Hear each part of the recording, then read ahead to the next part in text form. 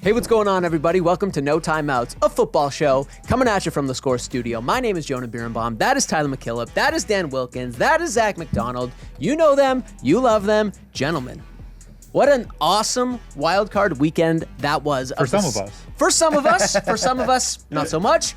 We'll get there.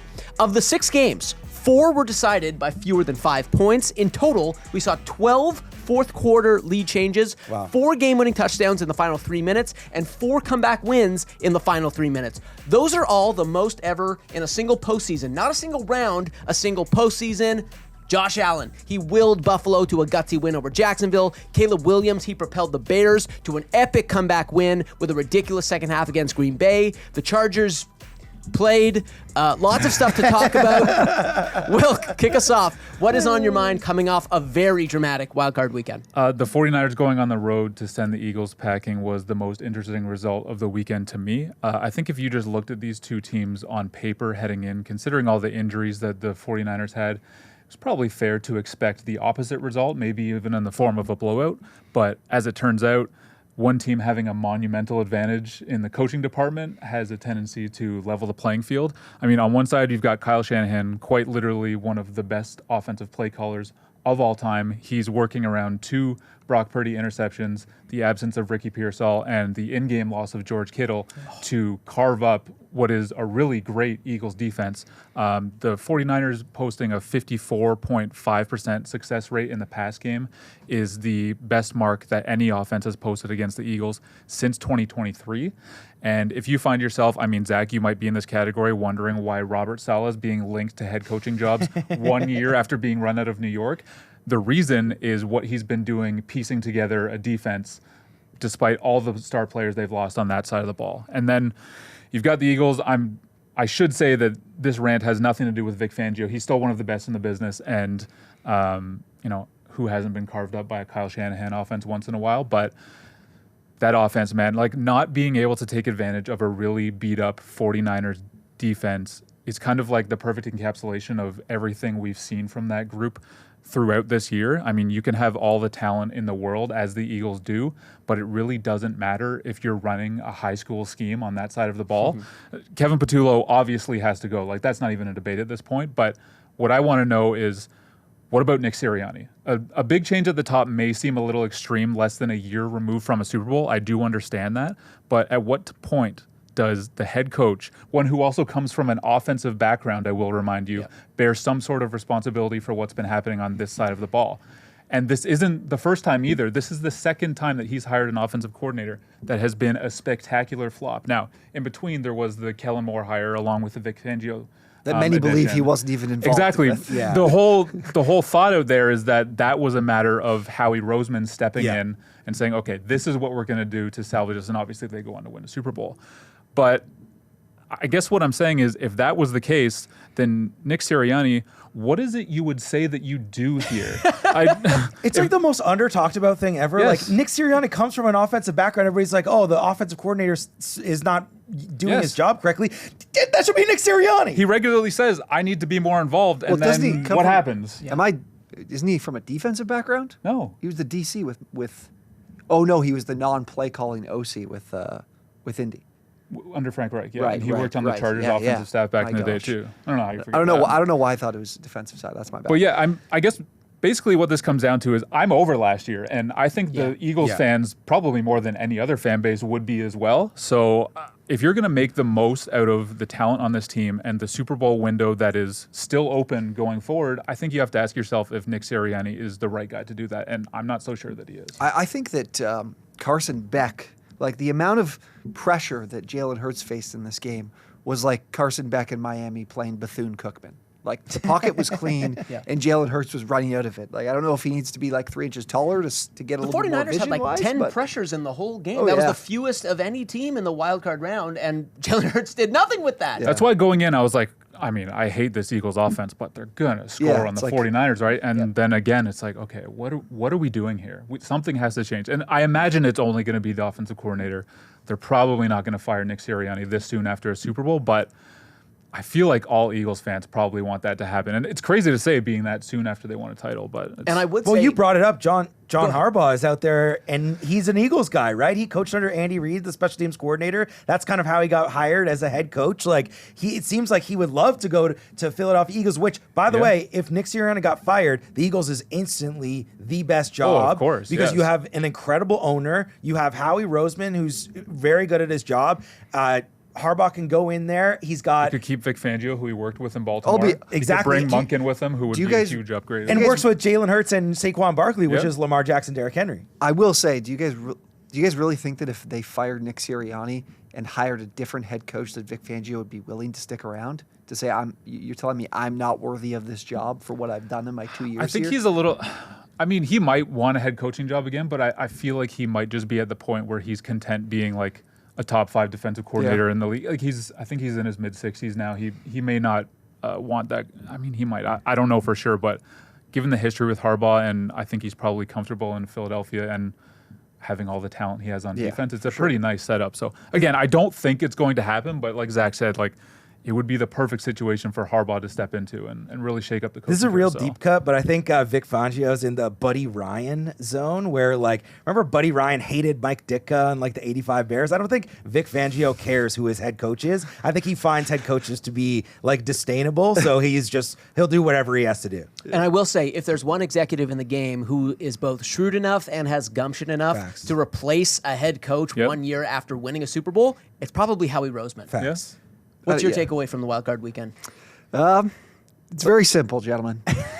Play the sad violin music. Let's go. There are no excuses for Justin Herbert anymore.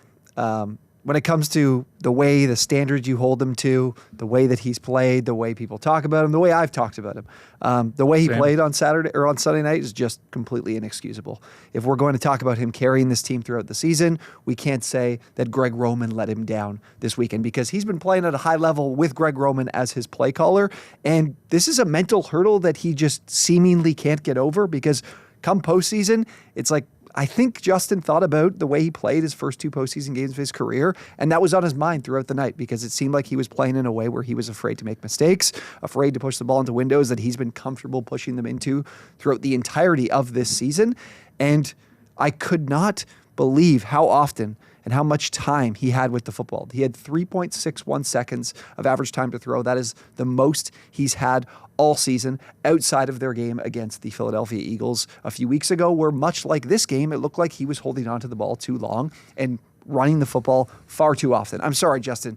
You have a broken hand. The last thing I would like to see is you lead the team in rushing yards on Sunday or for the last number of weeks.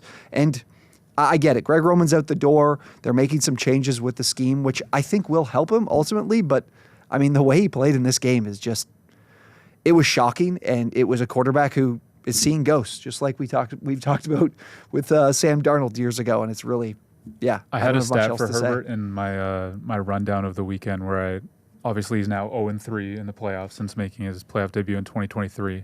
He now ranks, over that stretch, ranks 22nd out of 22 qualified passers in EPA per dropback at minus 0.41.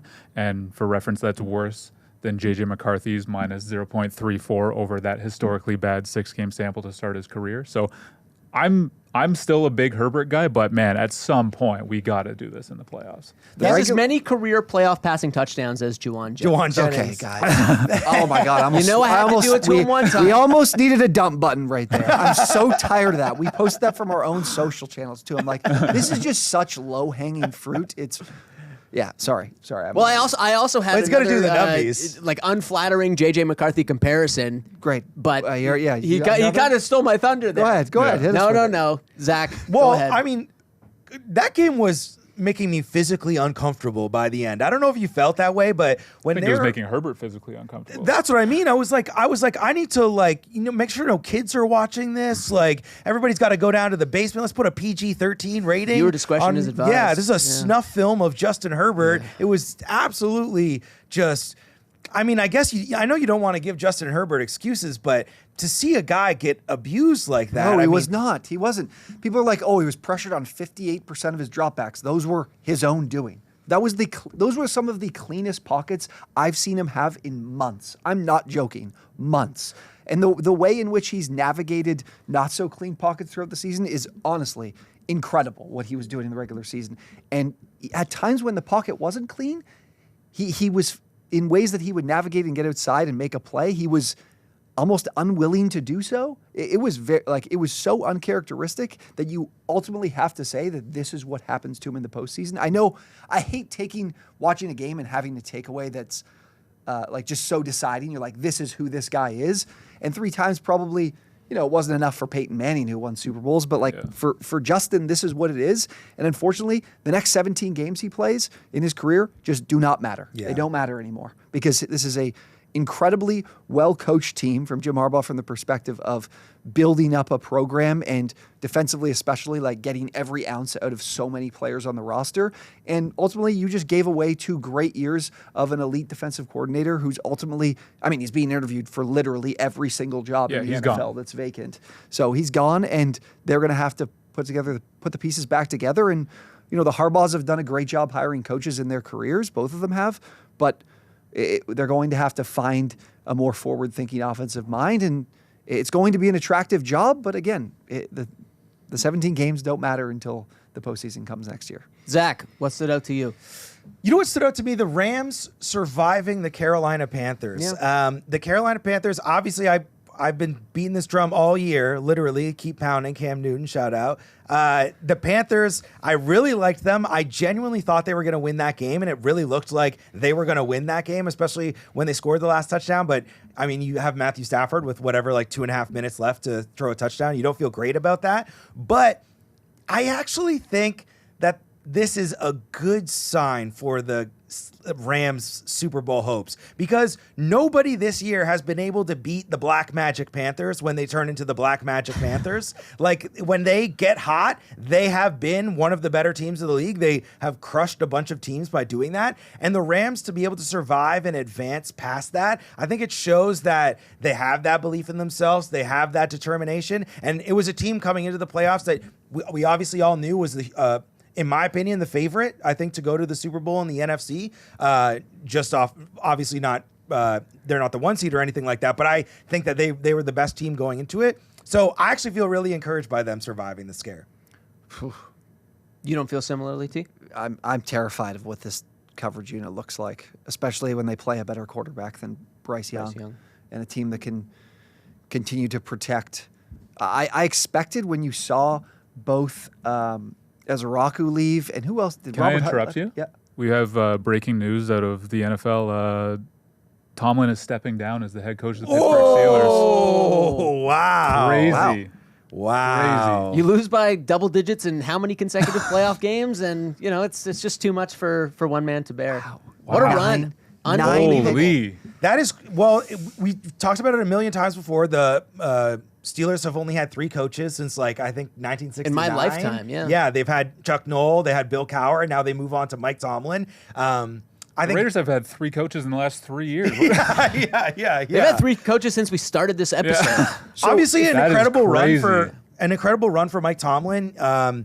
Anybody that's thinking that he's a bad coach, that's absolutely ludicrous. Sometimes it does, and I think it's something that even he recognized early in the season. He was kind of giving quotes that's like, hey, we can't keep doing the same thing over and over. Fans are getting upset, and I understand. And now he steps down as the coach. I think even he's understanding that his voice in the room is not one that is the players are responding to anymore. So it's very interesting. I think with the longevity of how they treat their coaches, that instantly becomes the most exciting place to be as a coach. Maybe the Ravens. God, I couldn't disagree with that more, honestly. I would say Ravens first, but just I'm talking about from the perspective of a coach. I'm not talking about from the perspective of this is the team that's going to be able to be good right away. But if you're a coach and you look at what the Steelers have done and the fact that you're going to get basically a 20-year leash to be able to be the coach of this team, I think that gets really exciting. But I think Tomlin consistently met the bar of the postseason, which for probably 90% of the league, that's a bar that any organization is very, very happy to hit. Just make us a little extra money with that home game in the playoffs. Right. We're happy. Yeah, exactly. Hold on. Let me ask one question. And also one more quick thing. Yeah. How crazy would this be? John Harbaugh. They switch? Going to the Pittsburgh AFC Steelers North and wife becoming swap or there. whatever. Yeah, exactly. That's the two questions I want to ask you guys. What would you give the likelihood of this being like a, from a college comparison, a Kyle Whittingham type thing? Because this is similar of like a good coach, everyone thinks is a good coach, stepping away, thinking that he's, retiring maybe, and then immediately going to get a new job. I kind of think it's not likely Tomlin's that I think he'll sought just take after. a break. And then the other side of things to me is I do think that in the short term, the Steelers will not be better off for letting him go, because I think as a overall roster offensively, the defense is good, but there's going to be some changes when it comes to some guys are going to be looking to get paid. Some guys are getting older. Like, I don't think the Steelers with a new coach are a team you'd expect back in the postseason next year, because there's obviously a decision to be made at quarterback. You don't have high draft capital now because you did make the postseason. Like, I don't really think either side will come away better out of this, and I don't think Tomlin will be employed next year. All right. Let's bring it back to Wild Card Weekend. We will get to Tomlin and coaches later on in the show, but Wilk, I know you wanted to talk you some Josh Allen. Yeah, I'll talk about the Jags-Bills game. It's going to be both sides of it, but I will start by saying that Josh Allen is absolutely that guy. I know that's not breaking news to anyone, but man, he came into this week battling that foot injury that he picked up a few weeks ago. And then pretty early in this one, he found himself in the medical tent twice. One was for a concussion check. The other was when he got his knee bent back pretty awkwardly on that touchdown run. And I think he also hit his finger, bashed his hand off a guy's helmet hurts. on following through on a throw. It's just him getting beat up to this degree at a time when he's trying to drag the Bills to a Super Bowl, like, pretty much gave him every excuse he could have had to, like, come up short. But obviously he was not going to be denied. And putting together this kind of performance against a Jags defense that we've been talking about is a really good unit, I think, to me, is his best performance of the entire year. Having said all of that, I really think that the Jaguars let an opportunity slip away here. We were talking about it kind of mid-game. It's a tough outcome after the incredible season, first season on the job for Liam Cohen, but I think this is on him, man.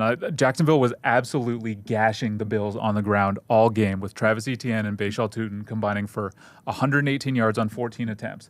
They had a 66.7% success rate on handoffs to running backs in this game, which is tied for the best playoff mark of any team since 2006. The problem was that they only had 14 carries. I don't know how that happens. I mean, we were coming out of the half, Liam Cohen was talking to the sideline reporter, and he volunteered himself that they need to get back to running the football. And I saw that. I was like, okay, great. He gets it. This is going to be awesome. And then nothing changed. In the second half, Etienne had 7 carries. Bashal Tutin, despite averaging 12.8 yards per attempt, had none. None. Zero. Maybe, he didn't have a single carry in the second half. It makes no sense. And I don't know if, like, maybe the Jags just had this, like, pass-heavy game plan that they had put in just because at the end of the season, their run game had really fallen off, right? Like, it was struggling. Yeah, we talked about this. But, like, you have to be able to adjust and account for the fact that they cannot stop you on the ground. That's so the thing. Maybe Josh Allen would have ended the Jaguars season anyway. We probably can't discount that possibility. But I just can't get past the idea that in a game where the passing offense clearly had taken a step back because the Bills were doing a really nice job of mixing things up on the back end and forcing Trevor Lawrence into some really tight window throws, that the Jags wouldn't have been able to find a different result if they would have just run the damn ball. Yeah. Crazy. I can't believe I couldn't believe what I was watching the first half, and especially with the outside run game. Like, every toss play, you could run a freight train through the holes that these backs had. And Tutin, through the course of, once he returned from injury and the way Etienne had been running the ball in the second half of the year, like, he had been their better back. Honestly, when I saw the first couple carries he had, I'm like, I feel like they should ride the hot hand here, and maybe he gets a few more opportunities than Etienne does. Mind you, it didn't really matter. Either one of them touching the ball resulted in some explosive plays, but it was crazy. He had, like, crazy. a stretch where Tutin had, like, 3 straight runs that went for 10-plus yards, and that was, like, 3 of his 4 carries a game. It's like, all right, you're done. Yeah, that's it. And Crazy. the thing is like, the Bills, defensively, the Bills had to be, like, just grinning ear to ear at the fact they're just playing into the strength of their defense. Yeah. I could not believe it. It was, it's one of those situations where you're like, if you run the football, you are going to dominate the control of this game in terms of time possession. And they just, I couldn't believe it. Yeah, it was really shocking, especially because we had given Liam Cohen so much credit over the course of the season, and then in the biggest game of the year, it feels like he just kind of lost the plot a little bit. It's like he forgot that. I think he thought that the first half version of Trevor Lawrence was like, that guy is no longer, like, he doesn't exist anymore. The turnover-prone quarterback we played for the first 8 games of the year, that guy, I fixed him. He'll never come back.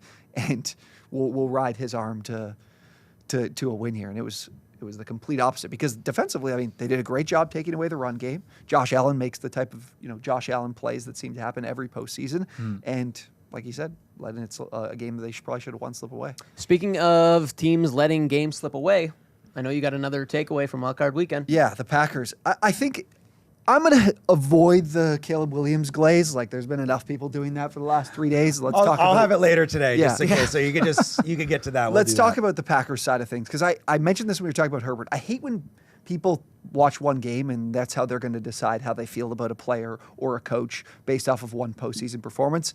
And when I watched this game, I think going to the postseason, there isn't anyone that would have expected the Packers to go on a run when you're missing your starting center, your starting right tackle, Devontae Wyatt, Micah Parsons, probably the best tight end in the league through the 6, 7, 8 games that Tucker Kraft played. Missing all of those players, there's nobody in the league that can miss those 5 guys and go on to win a Super Bowl. And ultimately, I come out of this game thinking, man, is Jordan Love like on the precipice of being a top 5 quarterback in the entire league? He played out of his mind in this game. I feel better about Jordan Love as a quarterback than I do of Caleb Williams after watching that game. And this is a Packers team that ultimately has to stay the course here. When I mentioned people making a takeaway from one game, I saw a discourse about the fact that, the Packers made an all-in trade and all they got from it was 9-8-1. It's like, you can't be serious, right? He got injured. Like if this team was healthy, they were the Super Bowl favorite. 100%. There's no doubt about it. We talked about in the preseason how the secondary, lacks talent. It's a problem. But when you have a guy like Micah Parsons and a pass rush like the Packers did, you're going to mitigate those issues. So for Green Bay, I would be very excited about the future. And Matt LaFleur is a guy who's been the big reason why Jordan Love is such an excellent downfield passer. And I have no qualms about them moving forward with an extension. And I think it's crazy the way that people have talked about LaFleur and this team and how things went so wrong when I think it was very predictable given the circumstances.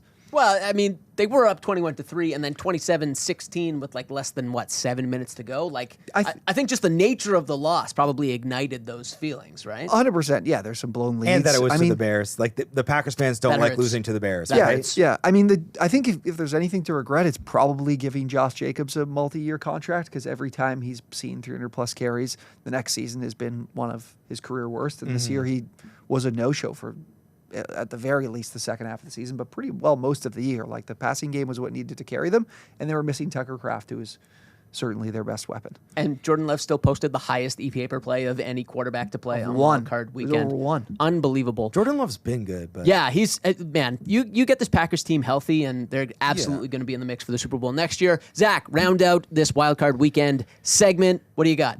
I have. We had the game last night. The Texans eliminate the Steelers. Man, I was so happy to see Aaron Rodgers go. That was just a really beautiful thing. Just getting off on a pick six as a Jets fan. That was just a real beautiful, special moment that I'll hold forever. But I think the big story of this game was that the Texans defense bailed out C.J. Stroud, who really struggled for the large majority of that game, to the point where he's not even able to receive snaps correctly. I think he had like 3 fumbles. 5 fumbles, 2 lost. 5 fumbles, 2 lost. He just turned the ball over so many times. Nico Collins going out with a concussion injury is really big news for them. I'll be interested to see if he's able to clear concussion protocol this year. I think it's unlikely on a short week. Yeah. Right? And it looked pretty severe. Like, he was head down, going to the sidelines. So that CJ Stroud without Nico Collins is something that you're not getting very excited about. But despite all that, they win the game 30-6 because they're getting points off of their defense. Sheldon Rankin scoring a touchdown. They have the pick six at the end of the game, like I said. And I guess the question that I have for you guys right here is, like, do you think we don't have to talk about the Texans defense? We know what's up with them. They're the best. Do you think this was an aberration for CJ Stroud, or are we going to expect to see him play like this again next week? I don't think it matters, is my take. He can play like garbage. He can slip on a banana peel. He can fumble every single snap, and they still win by 24 points because their defense is going to score multiple touchdowns. Like, and it's like people talk about the defensive line with the Texans. That's not. It's everything. It's on literally every single level. Jalen Petrie is absolutely ridiculous. He's in every play, blowing things up in the backfield. It's insane. The corners that they have are shutting everybody down. Aaron Rodgers was completely befuddled by the end of that. and game. even a not 40-year-old quarterback is still going to be be just under duress against this defense and pass rush. Well, the script went the way the Steelers want, right? The Steelers wanted to pull them into the mud, and they pulled them into the mud, and the Texans were like, well, we don't care. We made a huge mistake. No, nothing on yeah, CJ we can Stroud? talk more. We can talk more about that team All right. heading into this week. I mean, I'm definitely a little concerned about Stroud, but my takeaway coming out of that game was kind of similar to the Jags, obviously to a lesser degree, but like the run game was working. I think that if they they were gashing them to a level that it really hadn't been the rest of the season, right? Like their run game Even is Nick not Chubb good. was picking up chunk yards. Yeah, So, so like- like smiling and reminiscing a little bit. If they had just kind of stuck with the run a little bit more, like this could have been even more of a blowout, which is scary to think about. But yeah, I mean the bar is so low for what the Texans need from their offense to be successful that I think they can win no matter what they get out of CJ Stroud. And in fairness, like no matter how bad he plays, I think it's probably fair to expect that next week he's not going to be fumbling the ball 5 times.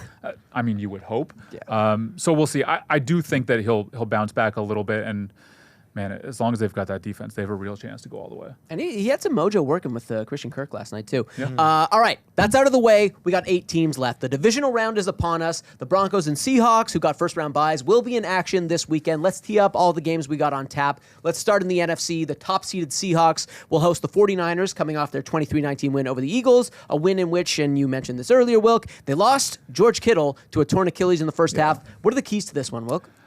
I mean, I meant everything I said about the 49ers coaching staff in the earlier segment. I think they've been doing incredible work this season. This team really had no business getting as far as it has, losing all the players that they have, and now you add George Kittle to that mix.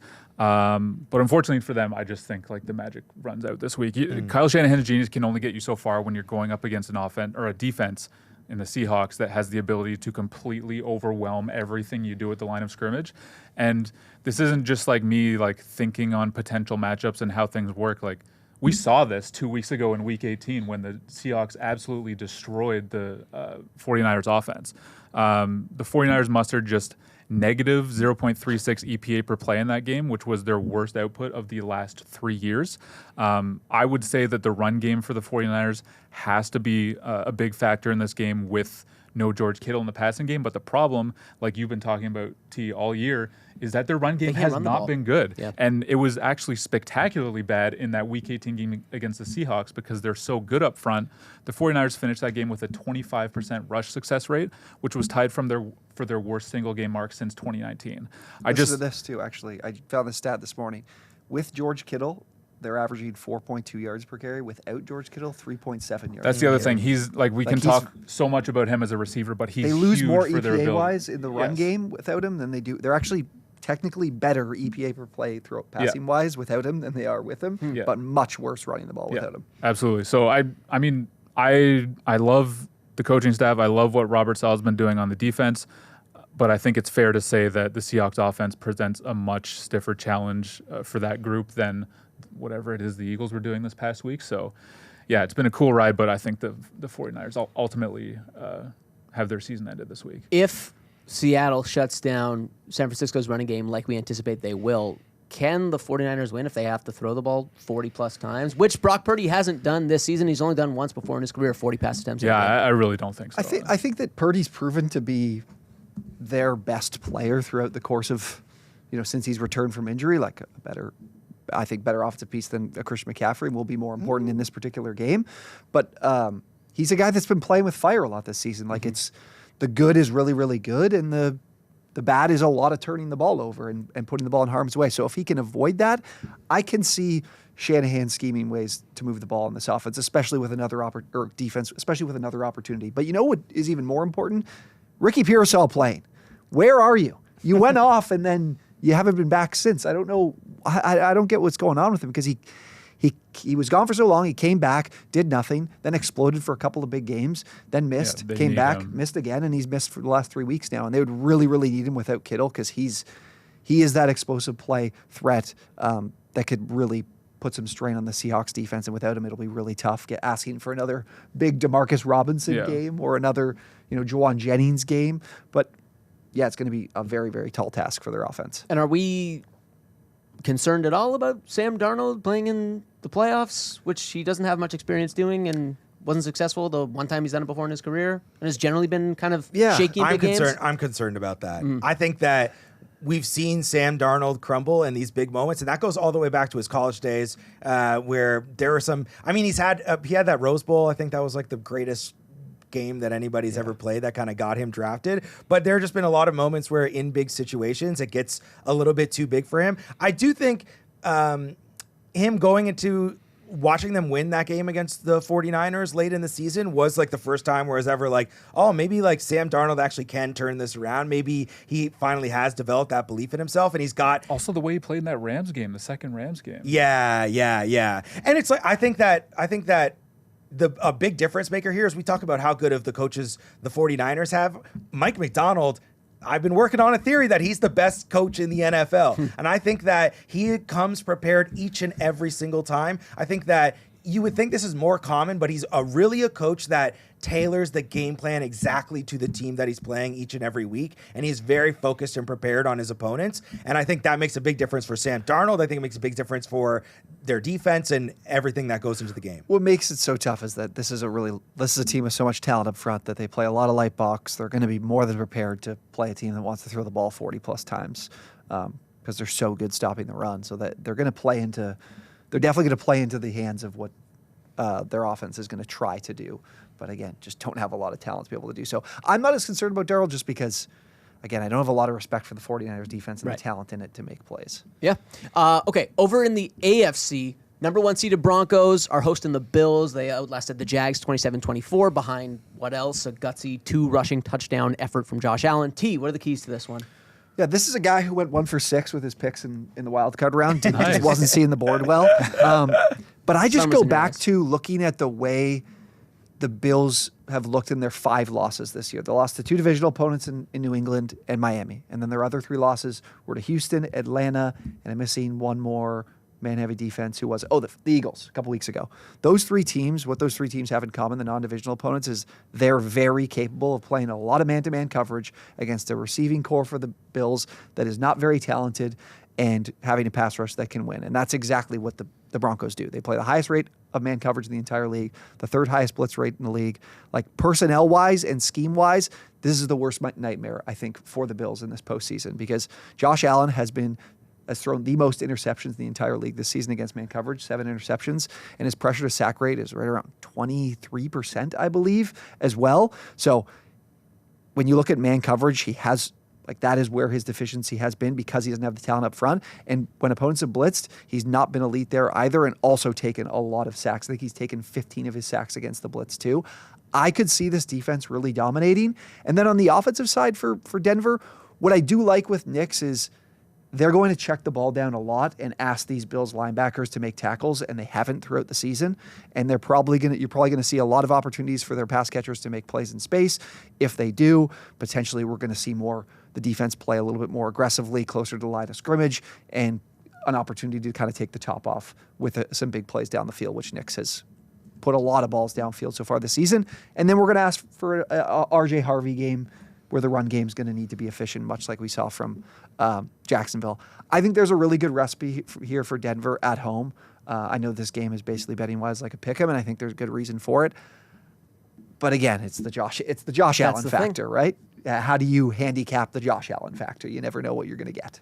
I mean, in the playoffs, you do. You know you're going to get a very hard to contain Josh Allen. 100%. I think you're just not stopping Josh Allen in the playoffs. Like that's why it's like we do all this analysis and all of these things are important, but it really boils down to the fact that when you have by far the best player on the field, that makes a huge difference in every single game. Yeah, it can certainly carry you, but I can't get out of my head that Falcons game. And these defenses are so similar in their style of play of being able to, and the Houston game, of course, too. Game as well, just to dominate against a lackluster group of receivers. I think Dalton Kincaid will be really key in this game. He wasn't too much of a factor. He didn't score this past week, but he's kind of their best tool to beat man coverage. And they did miss him, I believe, in both the Atlanta and Houston games, so that could be key for them moving the ball. Yeah, I think the Broncos are going to need more. Catch a pass like that in 2026 for the Buffalo Bills. That was like you're just like, what is going on? The Broncos are definitely going to need more from their run game. It has not been a good one this year without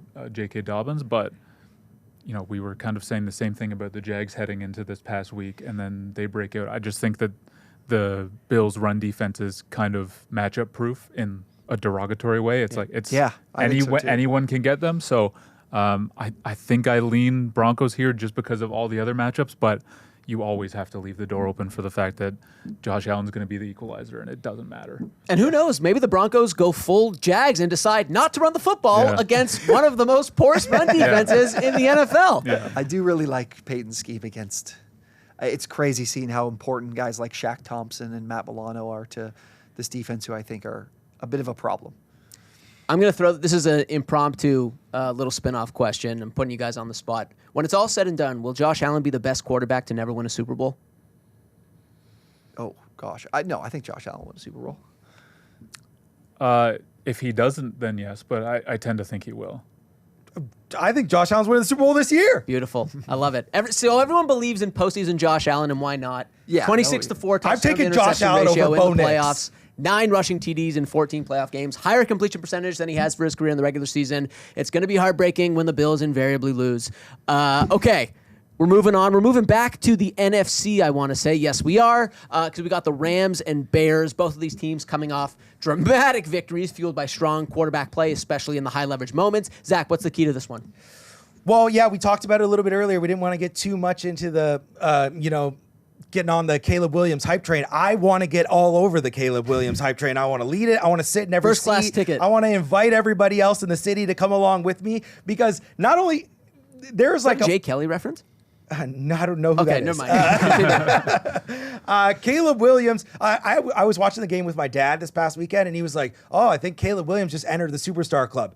Caleb Williams has been in the Superstar Club. He is undoubtedly a superstar. I don't want to hear the box score watchers. I don't want to hear about completion percentage. I don't want to hear about any of that. When you see what he did on 4th down, throwing that pass off of his back foot, feathering it in to Rome Odunze on the sidelines, there are very few men in the history of humankind that could make a play like that. I'm not joking. That's dead serious. And he does this over and over again. He has the ability to completely take a game into his hands, and you saw the energy. He became a god in Chicago that night. They're grating cheese. You got Ben Johnson saying F the Packers. The whole city is going absolutely insane. He was so good that the Cubs signed Alex Bregman that night. Yeah. He's like, I want to hang out with Caleb Williams. But that being said, a really interesting stat from this game, in the history of the NFL, QBs with 2+ pass TDs while trailing by 20+ points in the 4th quarter. Previous to last weekend, it was Eli Manning, Tom Brady twice, Patrick Mahomes, and 2 quarterbacks joined that list last week, and it was Caleb Williams and Matthew Stafford. Wow. So that's why I think this is the most anticipated game of the weekend, because you have, just as good as Caleb Williams is, the guy on the other side is operating on an extremely high level. He is in complete telekinesis connection with maybe the best offensive play caller we've seen since Bill Walsh. Kyle Shanahan, obviously, in that conversation too, but I think to have these guys go back and forth in this game, it's going to be really interesting. I can promise you it's going to come down to the 4th quarter, especially because why though? But like, how about Caleb Williams plays good for the other 3 quarters maybe? Because the superstar thing, like I can't get on that, because the consistency of playing in structure just still isn't. I love Caleb. Like that throw, like you mentioned, there's probably only like 2 other guys in the league who could make that throw.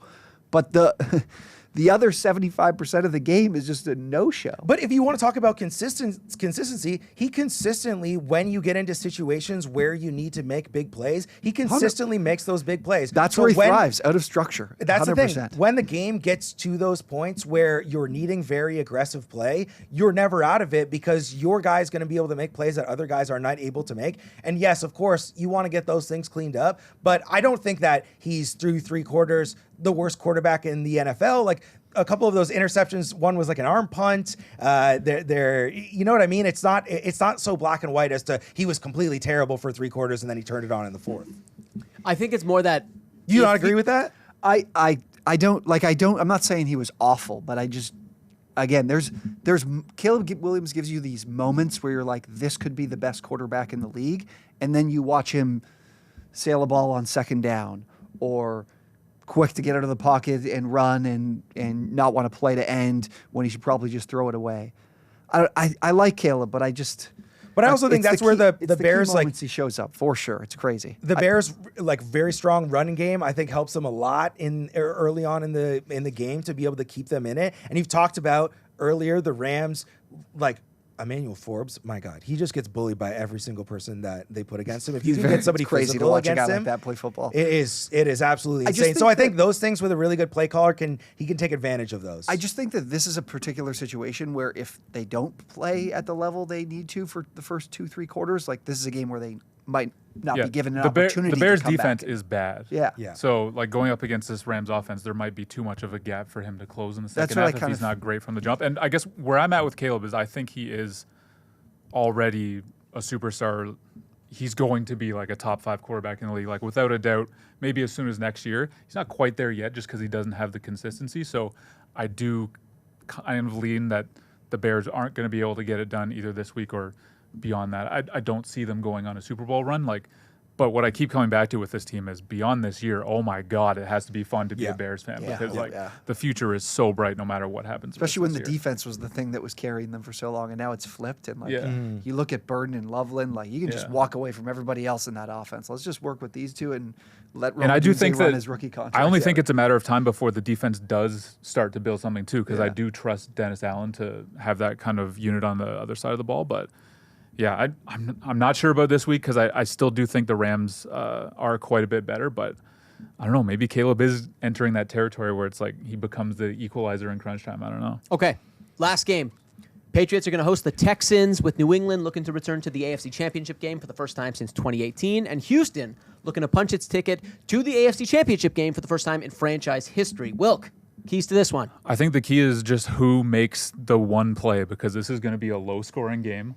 And I think we can put this stat up on the screen in a bit. But basically, I think that we came out of that Chargers game realizing that, as good as the Patriots offense is, a well-schemed and talented defense can give them trouble, more trouble than they ran into during the regular season. I think that we kind of predicted that going in at least a little bit. That's to take nothing away from Drake May, but now they're going up against the Texans defense. And a great stat from Next Gen Stats coming out of this game. The Texans now have 3 of the top 4 performances by EPA over the last 10 years in the playoffs. This last one against the Steelers on Monday night is the top one of that entire stretch. They also had the second best performance of that stretch. That was last year against the Chargers. And the 4th best was 2 years ago against Cleveland. Like they've just built an absolute bully on that side of the ball. So as good as I think Drake May is and all the great work that Josh McDaniels has done with that offense, it's going to be tough to score points in this one. And I do think it'll be tough for the Texans to score points as well because we just talked earlier about how bad that offense has been. They might not have Nico Collins. So we'll get to score predictions later, but I'm thinking both teams under 20 points, and it's just like one big play in the 4th quarter that swings this one and decides who's playing for the AFC title. Yeah, I think it's kind of the case of like what's different between the Chargers offense and the Texans offense. Neither team can run the ball. They're going to ask their quarterback to do a lot, and yeah, you mentioned Nico Collins could be out too. So I've got a lot of concern for the Texans offense in this game. Yeah. I'm laughing. It's pretty funny that like CJ Stroud fumbled 5 times and he was still unequivocally better than Justin Herbert. I'm sorry to bring it back to it, but I mean that's objectively funny. That is funny. Is that not funny? Maybe after the show when I go home and stand in front of the train instead of getting on it. By the way, that Texans defense, they are now the 2nd team in NFL history to score multiple defensive touchdowns and allow 0 touchdowns defensively in a playoff game. The other was the 1943 Chicago Bears, who did so in the championship game. So no other team in the Super Bowl era has done what the Texans defense did against the Steelers. I loved that. They got to feel Bears good going defense. into the Patriots. I loved that 43 Bears defense. Yeah, they were great. Brian Urlacher in the middle, Okay, that was great, fellas. Those 8 teams that we discussed, they're continuing their march towards the Super Bowl. Meanwhile, there are now 9 teams looking for new head coaches. More than a quarter of the league is looking for a new head coach now that Mike Tomlin has stepped down from his position with the Pittsburgh Steelers. Wilk, I know you recently ranked the head coaching vacancies on the Score app in order of desirability. Do me a favor and run us through the most desirable head coaching jobs and account for the fact now that Pittsburgh is also looking for a new head coach. Okay, so yeah, let me go through what I had this past week, and then maybe I'll get your guys' help on where you Yeah. might think the Steelers fit in here. So We'll figure out obviously, where they are. and I think this one will stand even with the Steelers' job open, but I think the Ravens' job is clearly number one. You got a 2-time MVP at quarterback, really solid front office that has a long track record of acquiring talent and building championship caliber rosters, and an owner at the top who has been really a great example of stability throughout the league. I mean, John Harbaugh was there for 18 years. I think any coaches on the market would love to be a part of that type of organization. So a clear number one for me is the Ravens, and then the Giants number two. Again, this is a pretty good job, I would say. It's when I sat down to do this exercise, I got past the Ravens and I was like, Yeah, do whatever you want. I mean, It's a toss-up. It's a you toss-up. could order the next however many teams, however you want. I do think the Giants are a clear step above the next tier, just because they have that like really talented defensive line. They've got Malik Neighbors, Cam Skadaboo. I know you're not going to be basing your job desirability off a running back drafted in the middle rounds, but you also have Jackson Dart, who is probably not going to be for anyone, but I think after what he did as a rookie, or not going to be for everyone, but after what he did as a rookie, he's going to be considered a plus for that job. Just you have a quarterback there that gives you some sort of long-term upside. The one drawback being it looks like you're probably working with Joe Shane, like they're keeping him. I'm not really sure why, to be honest with you, but maybe if it's John Harbaugh taking that job, then he's able to push out Shane and get his own GM in there. But I think they're a clear step above this next tier. And this next tier, I think, is 3 teams. To me, you can order them however you want, but I went Raiders, Titans, Falcons. I know a lot of people are going to see the Falcons as the top job of that bunch, and I do get that, but my concern with them is I don't know if they have a quarterback. Michael Penix is hurt now. We don't know. And he had a long injury history at Couple Indiana. ACLs, Yeah, so I don't know what the status is for him moving forward. I don't know if you can be super confident based on what he's shown so far that he is a franchise quarterback. And as a team without a first-round pick this year, I'm not really sure what it is you're doing to get that quarterback. We'll see.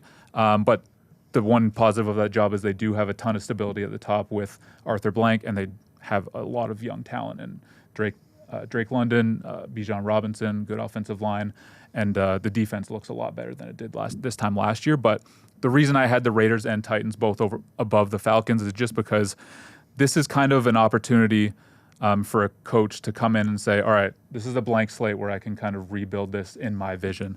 They both have, I believe, they're 1 and 2 in cap space heading into next year, in the range of $100 million to spend. The Titans already have their quarterback in Cam Ward, who I'm really high on after his rookie season, but the Raiders don't have their quarterback yet, but they do have the number 1 pick to go out and get him. And I think based on what we've seen so far in the college football playoff, there's reason to be excited about Fernando Mendoza. So if you're high on Mendoza, I think you'll probably be high on the Raiders job. But that being said, the drawbacks for both of these jobs is the ownership. In the case of the Raiders, it's, my God, you fired how many coaches in this long? Tom Brady might be able to sell prospective head coaches on the fact that it's going to be different now, but I would say he was probably trying to sell them on that last year, and they're looking for a new head coach again. So it's a matter of them finally making the change and being able to say, no, we're actually going to become a grown-up organization now. There's a lot to offer if they do. Great facilities. Obviously, ownership is willing to spend money.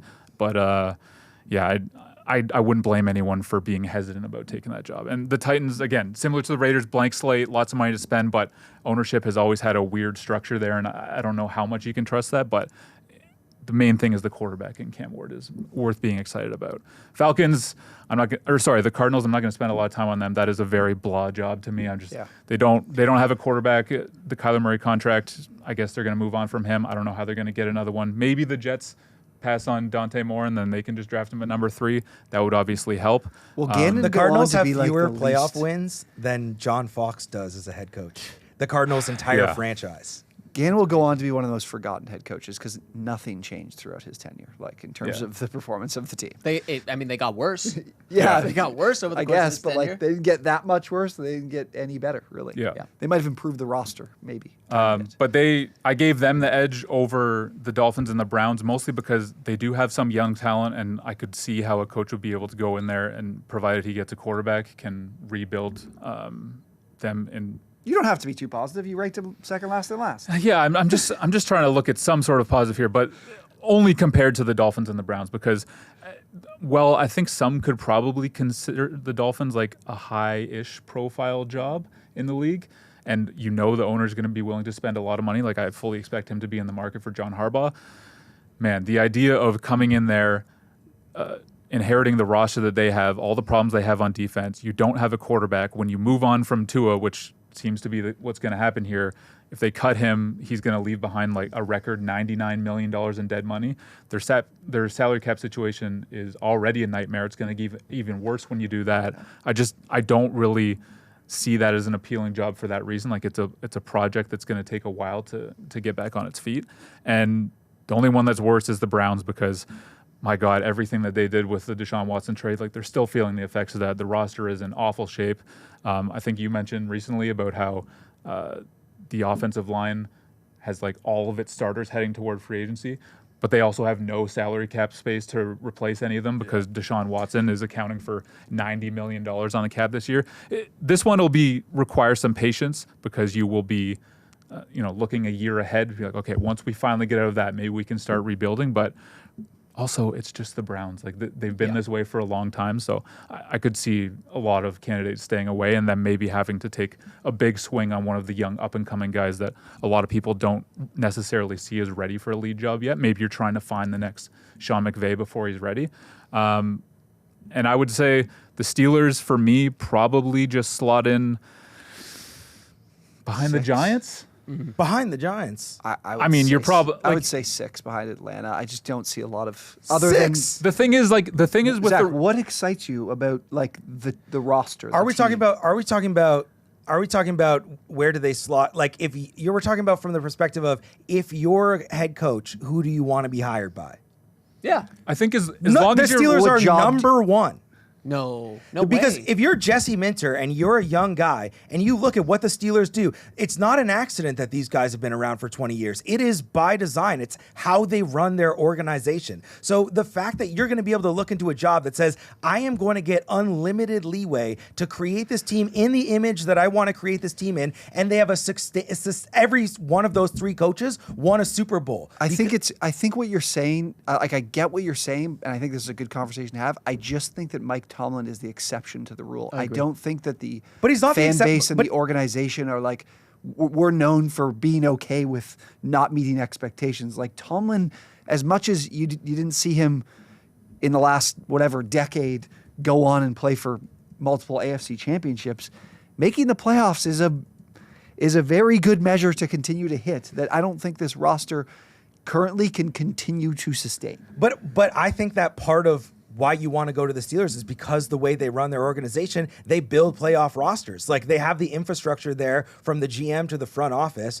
to make sure that they have these consistent playoff rosters. Because it's Bill Cowher only won 1 Super Bowl with the Steelers, and he was there for 20 years, right? And obviously Chuck Noll did what Chuck Noll did. I'm just saying, if you know that you're going to go to a place, like if you get hired, like if the Jets had an amazing roster and the Steelers had a bad roster, I'd rather be the Steelers head coach than the Jets head coach, because you're going to get fired. You're not going to get the opportunity in one place, and you're going to get that opportunity with the Steelers. I mean, you get hired everywhere. Every job's hired to be fired, right? That's what they say. Not the Steelers, though. Yeah, I think you do have to have the success, right? Like the reason that Tomlin stuck around for 19 years was that he literally never had a losing season, right? So I think that if he had an extended run of losing seasons, he probably wouldn't have been around for as long as he was. So, like, what if the new coach Zach goes 7-10 and then 5-12? I don't think he's getting fired after 2 years. I think he's definitely getting a third year after that. I think following Mike Tomlin could be potentially be a death knell. It is big shoes. And I will say about Bill Cowher, he only had 3 losing seasons in 15 years at the helm, so there was success there too. I don't think that it's an organizational ethos that they're committed to giving coaches an extremely long leash. I just think that these coaches have had a lot of success and earned that trust. I think it is literally an organizational ethos. That's literally what they want to do. The Rooneys have owned the team since the beginning of time. The team That's that what has they Lamar want to do. Jackson at quarterback needs a head coach. Yeah, the Ravens are In no clearly world is that number one not no the matter most what. desirable job. In no world. Because the Ravens are right there with the Steelers in terms of stability. That's why I'm fine with them putting them at number 2. So I would hear that just for the stability, but I think it would be behind the Giants for me, and then you still order the Raiders, Titans, and Falcons however you want. I don't care. They're all various levels of B-. You guys would go 3? You guys go 3? I honestly might put it after the Raiders job. They have the first overall pick, man. It's Who's true, the there's- Steelers yeah, quarterback who- next year? We definitely, I mean, are they going to trade for Kyler Murray? Are they going to sign Malik Willis? Ugh. Yeah, I think it's tough to view their future because, like, I mean, they've Yeah. kind of They neglected went to the the receiver playoff. They were position. just in the playoffs. I Oh, think they're in the they were playoffs just in every the year. playoffs. I and think they to never win a Zach's game. point, we tend to look at coaching jobs as if we're taking over a team on Madden, where it's like, all right, what assets do I have? Yeah, you know, and he's there is a making a lot good more point, for to sure. it. Turn budgets off. But I think that you could also poke holes in the theory that the Steelers are a great team to work for because ownership doesn't love spending money, Yep. probably isn't going to give you a ton of budget for the staff. So those things are factors too. But yeah, bet- I mean, it's just such an iconic job that I think it has to be up there somewhere. I'll bet you all $1,000 right now that the Pittsburgh Steelers coach is lasting longer than the Las Vegas Raiders coach. I mean, I'm I not don't doubt taking that, that. but that's more of a shot at the Raiders than it is a. Well, Jonah's putting them behind the Yeah. Raiders. You know, Yeah, I would like- need odds to take that bet. What are you giving me? Think about it I'll as give we you move anything on. you want. As we wrap up this interminable episode. Okay, before we go home, let's get some predictions on the record for this weekend's slate of games. Rams, Bears in Chicago. Wilk, who you got? I got Rams 30-20. I think the Bears are going to have a hard time stopping that offense. The Rams' run game is so good, and the things that they can do off that run game with Stafford and the receivers are amazing. And again, we talked about Caleb Williams earlier. I think he'll have some moments, but if he gets off to a close, not a great start again, I think it'll be too big of a hill to climb. T, who you got? Yeah, I mentioned how I think the fact that I'm concerned with the Rams' coverage ability, and you've got a team with an offensive line, the Bears, that can really stifle their defensive line. That being said, I think this is a game with a lot of points that I do think the Rams run away with early, and Caleb Williams is not able to surmount a massive comeback. 38-30, I'm going Rams. Zachy? And I got 31-21 Rams. All right. Oh, what about your guy? I know. I love Caleb. I love Caleb, but I like Matthew Stafford too. Okay. Clean sweep there for the Rams. Bills, Broncos. Wilk, who you got? I'm once again choosing to not reduce football discourse to a battle of quarterbacks. And I might regret it, but I'm taking Broncos 17-13. Yeah, I hate T? when people do that too. I'm taking Broncos too. I really like their case. I'm going 24-16. I think this is a game where the Denver defense shines. Zach? I am reducing this to a quarterback battle, and I got 15 reasons why the Bills are going to win 28-24. Well, 28 I thought points. 15. Wouldn't you just need one? You said you were reducing it to a quarterback battle. Josh Allen wears the number 15. Got him. Wasn't he worth 17? Niners, Oh, shoot, he wears I was 17. like, oh, my 15. God. What? am I I talking didn't about? know that. Niners and Seahawks. Wilk, who you got? I kind of set the stage for this earlier. I just don't think the 49ers can keep it going after losing George Kittle. So give me Seahawks 24-16. T? Yeah, I can't. I think Seattle will score a lot more than they did in the previous matchup, and I do think Shanahan will have some stuff up his sleeve, but I do think Seattle still wins this game 31-20. Zachy? Yeah, I got 16-10 Seahawks, real low scoring game. Seahawks defense dominates and wins. Another clean sweep. And last but not least, Texans and Patriots. Wilk, who you got? I think there's going to be not many points. I'm going to say 20-17, but I'm not going to be surprised if it's much less than that. For who? 2017 for the Texans. Oh, there we go. You're gonna take the Texans, eh? I don't Well, know who how you taking? I don't know how Houston wins this game without Nico Collins offensively. I got to take the Patriots 20-10. They smother Drake May like nobody's business. I know, but then they need him to play like Justin Herbert. That'd be a joke Jonah missed. Instead. Got him. Zach, who you got? I got 13-7 Texans. All right. 13-7. Ooh, that'll be a tough watch. I can see it. Anyways, I was going to try to shoehorn in another Justin Herbert joke, but no, that's enough. That's enough Justin Herbert jokes. That's enough of today's episode. Thank you so much for tuning in to today's show here on No Timeouts. Once again, that's Zak McDonald. That's Dan Wilkins. That's Tyler MacKillop. My name is Jonah Birenbaum. We'll see you next time.